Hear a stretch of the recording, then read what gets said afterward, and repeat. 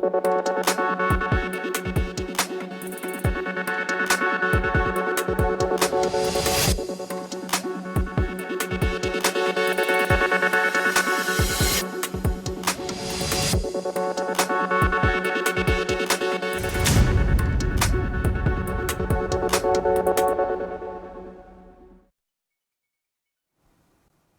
आप देख रहे हैं जन टीवी और मैं आपके साथ आकांक्षा पारिक। खबरों की शुरुआत से पहले एक नजर हेडलाइंस पर।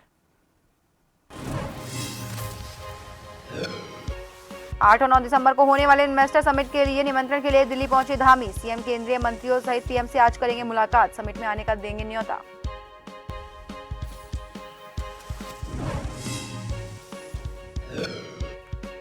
दिसंबर माह में देहरादून में आयोजित होने वाले इन्वेस्टर समिट को लेकर तैयारियां तेज। शहर में साज सज्जा का काम जारी, सजाया जा रहा है राजधानी को।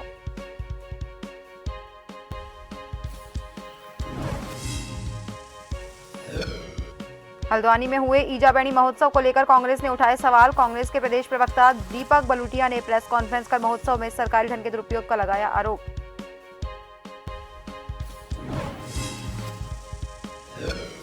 प्रदेश में पेड़ कटान के मामलों को लेकर मंत्री सुबोध उनियाल का दावा। पिछले 2 सालों के पेड़ कटान को लेकर एसआईटी कर रही है जांच। कई लोगों को किया जा चुका है निलंबित।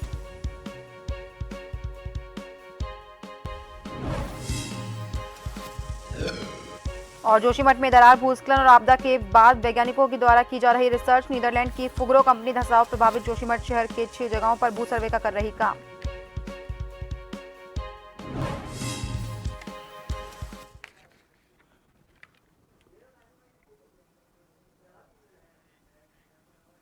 और अब खबरें विस्तार से।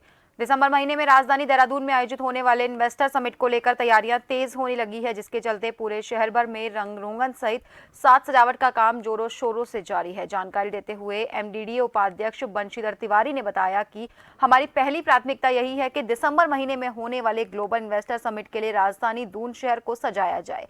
इसके लिए हमने 13 ऐसे मुख्य मार्गों को चिन्हित किया है जहां पर रंग रोगन सहित साज सजावट के अनेक कार्य जारी हैं। वहीं इन्वेस्टर समिट को देखते हुए मसूरी देहरादून विकास प्राधिकरण की ओर से शहर भर में फसाड नीति के तहत कार्य करवाए जा रहे हैं।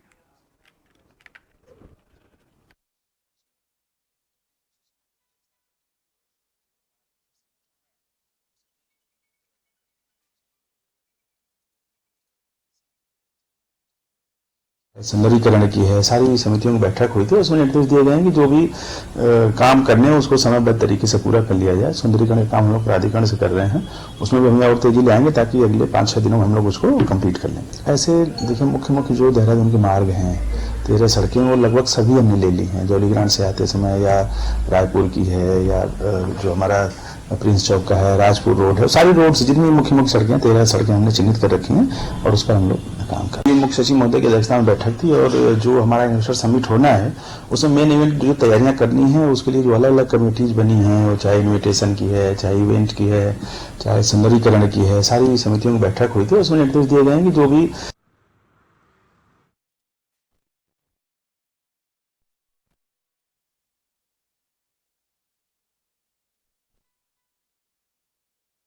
हैं। दिसंबर महीने में राजधानी देहरादून में आयोजित होने वाले इन्वेस्टर समिट को लेकर तैयारियां तेज होने लगी है, जिसके चलते पूरे शहर भर में रंग रोगन सहित साज सजावट का काम जोरों शोरों से जारी है। इसके साथ ही आपको बता दें कि मुख्यमंत्री पुष्कर सिंह धामी भी आयोजित होने वाले इन्वेस्टर समिट के लिए दिल्ली रवाना हुए हैं। सीएम केंद्रीय मंत्रियों सहित पीएम से मुलाकात करेंगे और उन्हें समिट में आने का न्योता देंगे। 8 और 9 दिसंबर को होने वाले इन्वेस्टर समिट के लिए जगह जगह निमंत्रण दिए जा रहे हैं और जोरों शोरों से इसकी तैयारियां की जा रही है। तस्वीरों में साफ तौर पर देख सकते हैं कि किस तरह से इन्वेस्टर समिट के लिए देहरादून शहर को सजाया जा रहा है।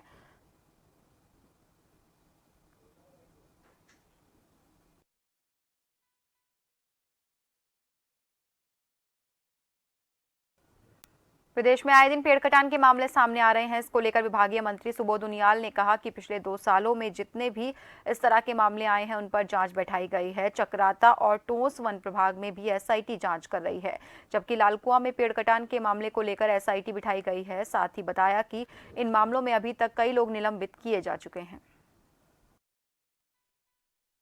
मैंने आपने कहा कि ये पिछले 2 वर्षों के अंदर जहां पर भी इस तरह की घटनाएं मिल रही हम तुरंत उसमें कार्रवाई कर रहे हैं। कई डीएफओ सस्पेंड हुए हैं, रेंजर सस्पेंड हुए हैं, डीएलएम सस्पेंड हुए हैं 23 से ज्यादा लोगों को निलंबित किया गया है। पीसीसीएफ रैंक के अधिकारी को भी निलंबित किया गया था। तो एक डीएफओ को जेल भेजने का काम किया गया, रेंजर्स जेल गए हैं। तो मैं आपसे कहूं कि इसमें किसी को छोड़ा नहीं जाएगा, किसी को बख्शा नहीं जाएगा। लाल कुआं की भी एसआईटी जांच चल रही है।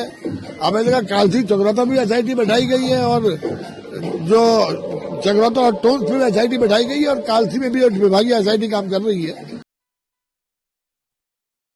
उत्तराखंड ग्लोबल इन्वेस्टर समिट 2023 के अंतर्गत चंपावत के टनकपुर में 2 दिसंबर को आयोजित होने वाले निवेश कॉन्क्लेव में लगभग 500 करोड़ रुपए के विभिन्न निवेश के लिए एमओयू होने की संभावना है। जिले के डॉक्टर एपीजे अब्दुल कलाम प्रौद्योगिकी संस्थान टनकपुर में आयोजित इन्वेस्टर समिट के संबंध में जिलाधिकारी नवनीत पांडेय ने पत्रकार वार्ता करते हुए बताया कि जिले के टनकपुर में आयोजित मिनी इन्वेस्टर समिट में लगभग 500 करोड़ के निवेश पर एमओयू होने हैं।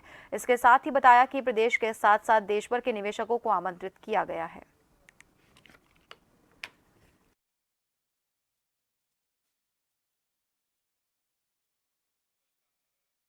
चंपावत टनकपुर में प्रस्तावित है, उसमें हम उम्मीद करते हैं कि लगभग 500 करोड़ के आसपास के हमारे एमओयूज कल होने जा रहे हैं। मुख्य जो हमारा फोकस और जो सेक्टर निकल के आ रहा है वो सौर ऊर्जा है, जहाँ पे हमारे पास करीब 20 मेगावाट से भी ज्यादा के प्रपोजल्स प्रस्तावित हैं। तो मुझे लगता है करीब 250 करोड़ का इन्वेस्टमेंट हम करने जा रहे हैं चंपावत में। उसके अलावा जो एग्रो प्रोसेसिंग है और जो हेल्थ एंड वेलनेस सेक्टर्स हैं, उसमें हमारे पास काफी सारे प्रपोजल्स आए हैं। लगभग 150 करोड़ के प्रपोजल्स उस क्षेत्र में भी आए हैं।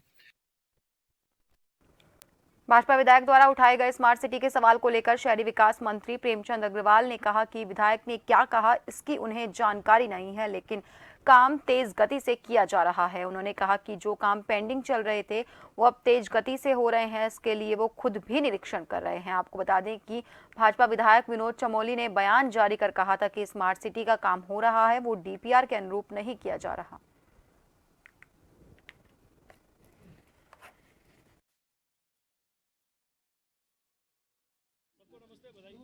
उन्होंने क्या कहा मुझे जानकारी नहीं है, लेकिन मैं ये कह सकता हूं कि अभी पहली प्राथमिकता है कि जो काम हमारे सामने उसको पूरा करें, और बहुत तेजी से काम पूरा करें। इन्वेस्टर समिट हमारे सामने आप देखें लगातार, चाहे मुझे स्थलीय निरीक्षण करना हो, अधिकारियों से बातचीत करनी हो, किसी से भी कहना हो, आज मैं कह सकता हूं जो काम बहुत पेंडिंग थे, जो काम बहुत तेज गति से नहीं चल रहे थे, आज तेज गति से भी चल रहे हैं और काम पूरा होने की स्थिति में। तो हमारा मकसद है कि जो जनता के मन में ये भाव था कि स्मार्ट सिटी से हमें क्या होने वाला है, उनको मैं कहना चाह रहा हूँ स्मार्ट सिटी से काम को हम अंतिम रूप की तरफ ले जा रहे हैं। तो भगवान ने चाहा तो अब स्मार्ट सिटी हमारी देहरादून की दिखाई देगी। ईजा बैणी महोत्सव किस तरह कांग्रेस के प्रदेश प्रवक्ता दीपक बलूटिया ने प्रेस कॉन्फ्रेंस कर राज्य सरकार द्वारा हल्द्वानी में कराए गए ईजा बैणी महोत्सव पर कई सवाल खड़े किए। दीपक बलूटिया ने कहा कि इस कार्यक्रम में सरकारी धन का खुला दुरुपयोग किया गया है और सरकारी मशीनरी के दुरुपयोग से खुद को महिमा मंडित किया गया, जिससे हल्द्वानी की जनता को बहुत दिक्कतों का सामना करना पड़ा।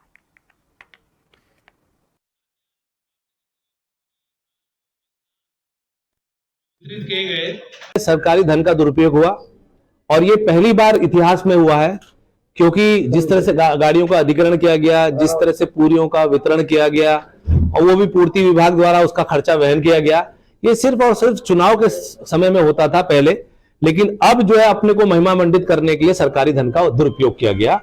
और इसको लेकर कांग्रेस जो है माननीय न्यायालय की शरण में जाएगी, ताकि जनता के धन की बर्बादी ना हो और जनता का धन जो है वो सही जगह लगे, जिससे जनता का हित हो। 7 दिन से 8 दिन से जिला प्रशासन इस कार्यक्रम में लगा रहा, अपने जो रोजमर्रा के काम है उनको छोड़ करके इसको सफल बनाने के लिए। वो भी महिमा मंडित कार्यक्रम में इस तरह से दिखाया गया, जिसको सरकारी प्रोग्राम दिखा के सारा पैसा जो है सरकार का लगा और तैयारी 2024 की गई।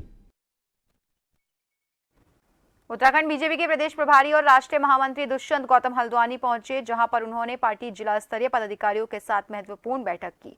इस दौरान उन्होंने पत्रकारों से बातचीत करते हुए कहा कि भारतीय जनता पार्टी एक राजनीतिक दल है और हमेशा जनता के बीच बने रहते हैं। उन्होंने कहा कि बीजेपी सरकार गरीबों, पिछड़ों, दलितों, असहायों के लिए समर्पित सरकार है।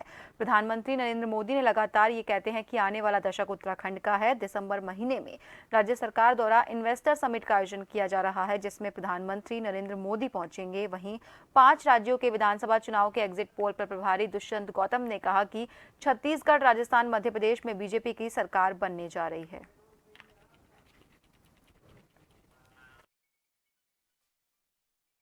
देखिए, राजस्थान, मध्य प्रदेश और छत्तीसगढ़, मैं दावे और ताकत से कह सकता हूं कि वहां की जनता ने डबल इंजन की सरकार को लाइक किया है, मोदी जी के नेतृत्व को लाइक किया है। जिस प्रकार से हम लोगों को गरीबी रेखा से निकालने का काम कर रहे हैं, आज 13 करोड़ लोग गरीबी की रेखा से निकल चुके हैं। हम नारा नहीं देते गरीबी हटाओ, हम काम करते हैं। और कांग्रेस के शासन के अंदर जिस प्रकार से आपने देखा होगा, हमने 11 करोड़ लोगों को घर के अंदर शौचालय पहुंचाने का काम किया है।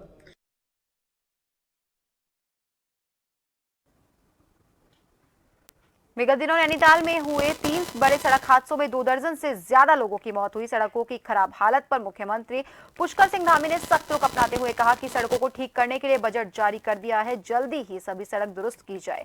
हल्द्वानी पहुंचे मुख्यमंत्री पुष्कर सिंह धामी ने सड़कों की खराब हालत पर मीडिया द्वारा पूछे गए सवाल पर जवाब देते हुए कहा कि शासन ने सभी जिलों की सड़कों को दुरुस्त करने के लिए बजट जारी किया है। सभी जिलाधिकारियों को खुद सड़कों के कार्यों की मॉनिटरिंग करने के निर्देश दिए हैं।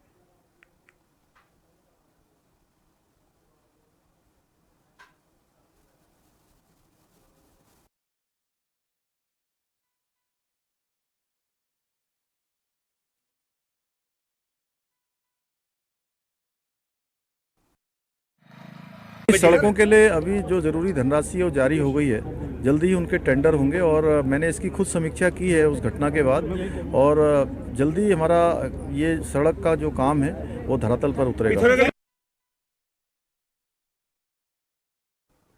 दूनवासियों को भारत सीरीज का नंबर काफी पसंद आ रहा है। आपको बता दें कि यहां अब तक 542 गाड़ियों में भारत सीरीज की नंबर प्लेट लग चुकी है।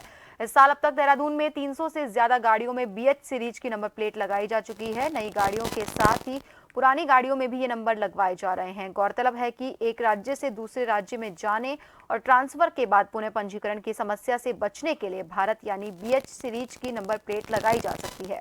इस सीरीज की नंबर प्लेट दून के लोगों को खूब रास आ रही है। अपनी पुरानी कार में भी वाहन स्वामी बीएच सीरीज की नंबर प्लेट लगवा रहे हैं।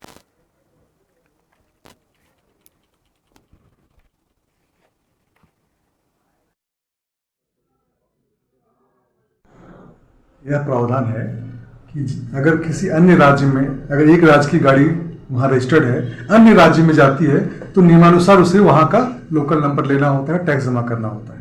कई लोग पूरे देश में 4-5 जगह नौकरी करते हैं, उनको बार बार अपनी गाड़ी के नंबर चेंज करने पड़ते हैं। इन सब चीज़ों से बचने के लिए MORTH ने BH सीरीज रिलीज किया है, जारी किया है। BH सीरीज के अंतर्गत होता है कि इसका नंबर पूरे देश में कहीं चेंज नहीं करवाना पड़ता। अगर किसी अन्य राज्य में ट्रांसफर होता है, किसी व्यक्ति का है, तो सिर्फ वहां का लोकल जो टैक्स है वो जमा करना पड़ता है, नंबर वही रहता है, नंबर बार बार चेंज नहीं करना पड़ता है।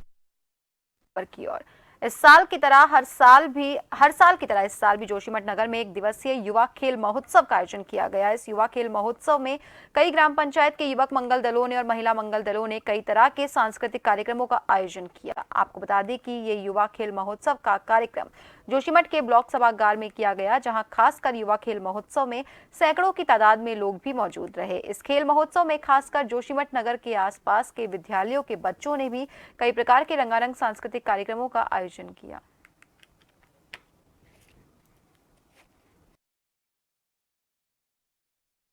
को बढ़ावा देने के लिए, लोक कलाकारों को मंच देने के लिए युवा महोत्सव 2023 विकासखंड जोशीमठ में आज 1 दिन का यहाँ पर एक कार्यक्रम किया गया। इसमें हमारे दूरस्थ क्षेत्रों से युवक मंगल दल और महिला मंगल दल के लोक कलाकारों ने अपनी लोक संस्कृति को जीवंत रखने के साथ साथ अपनी अपनी प्रतिभा को बढ़ाने के लिए यहाँ पर अपना प्रदर्शन किया। आप देख सकते हैं कि बहुत दूर दूर से हमारे ये छोटे छोटे लोक कलाकार, महिला मंगल दल, युवक मंगल दल के लोगों ने यहाँ पर बहुत ही आकर्षक प्रस्तुतियाँ दी। गंगनहर कोतवाली क्षेत्र के शक्ति विहार कॉलोनी में तकरीबन 15 दिन पहले 2 पक्षों में विवाद हो गया था, जिसमें घायल एक युवक ने उपचार के दौरान दम तोड़ दिया था, जिसमें 2 युवकों को पुलिस ने गिरफ्तार भी कर लिया। लेकिन परिजनों का आरोप है कि इस मामले में पुलिस ने आरोपियों पर हल्की धाराओं में मुकदमा दर्ज किया। इसीलिए परिजन और कई लोग कोतवाली पहुंचे और सड़क पर ही धरने पर बैठ गए। वहीं मामले में CO पल्लवी त्यागी का कहना है कि जांच को लेकर मृतक के परिजनों में नाराजगी है। फिलहाल जांच के बाद कार्रवाई की जाएगी।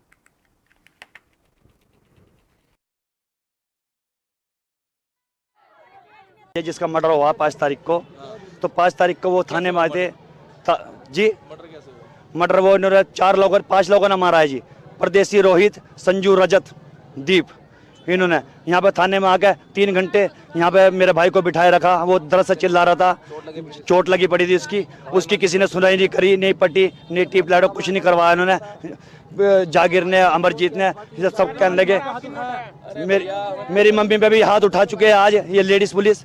जिनका मर गया उनका भी हाथ उठा रहे हैं पुलिस। पूर्व एक कम्युनिटी के लोगों में आपस में ही झगड़ा हो गया था। एक ही कम्युनिटी के लोग थे, आसपास रहने वाले। किसी मामूली सी बात को लेकर विवाद हो गया था, जिसमें कि एक युवक की बाद में मृत्यु हो गई थी दौरान उपचार। उसमें एक मुकदमा पंजीकृत किया गया था समुचित धाराओं में। तो उसमें आज 2 लोगों को जेल भेजा गया है। तो जांच को लेकर के जो इन्वेस्टिगेशन चल रही है उसको लेकर के इन लोगों में कुछ असंतोष है, उसको लेकर के ये लोग अभी थाने पे आए। हिंदुस्तान की प्रथम नगर पालिका कहे जाने वाली जोशीमठ नगर के एकमात्र स्वास्थ्य सामुदायिक केंद्र में लगाए गए 2 हेल्थ एटीएम मशीन विगत कई महीनों से खराब पड़ी हुई हैं, जिसके चलते जोशीमठ नगर के साथ साथ अन्य ग्रामीण इलाकों के लोगों को भारी दिक्कतों का सामना करना पड़ रहा है। आपको बता दें कि स्वास्थ्य सामुदायिक केंद्र जोशीमठ में मरीजों के लिए 23 तरह की जाँच कराने के उद्देश्य से लाखों रुपया खर्च कर प्रदेश सरकार द्वारा लगाए गए दोनों हेल्थ एटीएम मशीन खराब पड़ी हुई है। इन्हें खराब हुए 2 महीने से ज्यादा का समय बीत चुका है, लेकिन इन दोनों हेल्थ एटीएम मशीन को ठीक करने के लिए अभी तक स्वास्थ्य विभाग द्वारा कुछ भी कार्रवाई नहीं की गई है। जोशीमठ व्यापार संघ के अध्यक्ष नैन सिंह भंडारी का कहना है कि जोशीमठ में बनाया गया एकमात्र स्वास्थ्य सामुदायिक केंद्र रेफर सेंटर केंद्र है। यहाँ तो मरीजों का इलाज नहीं होता है, बल्कि यहाँ से मरीजों को रेफर किया जाता है। डॉक्टर है जो यहाँ का सामुदायिक स्वास्थ्य केंद्र का जो भी इंचार्ज है, सबसे बड़ी कमी इनकी है। दूसरे में यहाँ का जो प्रभारी मंत्री है डॉक्टर धन सिंह रावत जी, वो स्वास्थ्य मंत्री भी है, और उनको ये एकमात्र जो इस क्षेत्र का लास्ट दूरस्थ क्षेत्र में एक हॉस्पिटल है, उसकी दुर्दशा बनाने के लिए सभी कर्मचारी और अधिकारियों का भी हाथ है। यहाँ केवल रेफर सेंटर बनाया गया है, कोई भी आदमी यहाँ पर आता है बीमार होकर के इनको रेफर कर दिया जाता है, और यहाँ पर इससे ज़्यादा कुछ होता भी नहीं।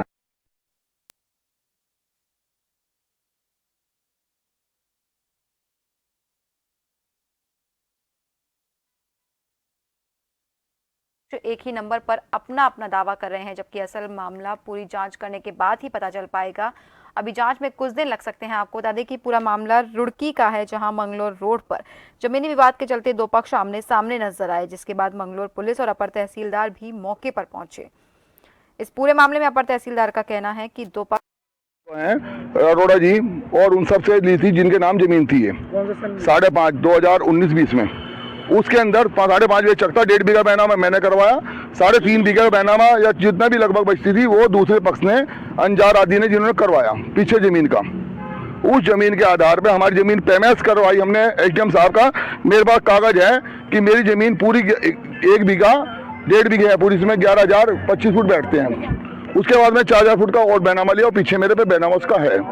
मेरी जमीन माप सकते हैं, मेरी जमीन अगर फालतू है तो दे दो किसी को, जब मेरी जमीन फालतू नहीं है तो मेरी जमीन कैसे कोई ले लेगा। 2014 का बैनामा है, दाखिल खारिज है, 143 इसमें हो रखी है, और इसने दुकानों का बाद में हरजाना भी भरा था, बाद में इसके ज़बरदस्ती कब्जा लिया था। अब दोबारा इसने राजस्व की टीम बनाई, राजस्व की टीम आज आकर पूरी तहसील वाले आ रहे सारे, वे नाप कर जहाँ भी देंगे वो तो उनका काम है, राजस्व का काम है, एसडीएम का काम है, वो जहाँ देंगे वहाँ लेगा। इससे क्या मतलब है? 2014 में आपने 100 जमीन खरीदी थी, बैनाव करवा 43 करवाई थी, 143 होने के बाद बैनाव हुआ था। अच्छा। हाँ, इनका कहना है 143 होने के बाद डीएम की अनुमति की जरूरत ही नहीं है भाई। 143 होने के बाद वो तो आपको पता है, 143 होने के बाद कहीं की जरूरत पड़ती नहीं किसी की। 2 पक्षों में विवाद चल रहा है। विवाद जो है ग्राम तलेड़ी और आसफ नगर की सीमा का है, तो इसमें हम सीमा निर्धारण के लिए चकबंदी वालों को बुलाया हुआ है, सीमा निर्धारण कर रहे हैं। उसके बाद सीमा निर्धारण करके रिपोर्ट दी जाएगी। सर चकबंदी इसमें तो हाई लेवल पे भी हमने रिपोर्ट दी है इस तरह की कि भाई चकबंदी अगर ठीक तरीके से हो जाए, विवाद हो जाए ना, इस तरह के विवाद ना हो राजस्व में। लेकिन अब चूंकि ये तो बहुत पहले हो चुकी तलेड़ी में चकबंदी और इसमें हो रही है, तो अब देखते हैं क्या सोल्यूशन निकालते हैं। चकबंदी विभाग से मिलेगा बंदी बहुत, उसके बाद ये सीमा निर्धारण के बाद ये बताएंगे, वो बताएंगे। लेकिन हमें तो मैं सीमा निर्धारण से पहले कुछ नहीं भी कर पाऊंगा। मैं सीमा निर्धारण भी संतुष्ट नहीं हो पाऊंगा। ये पैमाइश कर रहे हैं, सीमा निर्धारण प्रयास कर रहे हैं। कब तक चलेगी ये तो देखते हैं। अभी एक और फिलहाल के लिए खबरों में बस इतना ही। बने रहिए जन टीवी के साथ। नमस्कार।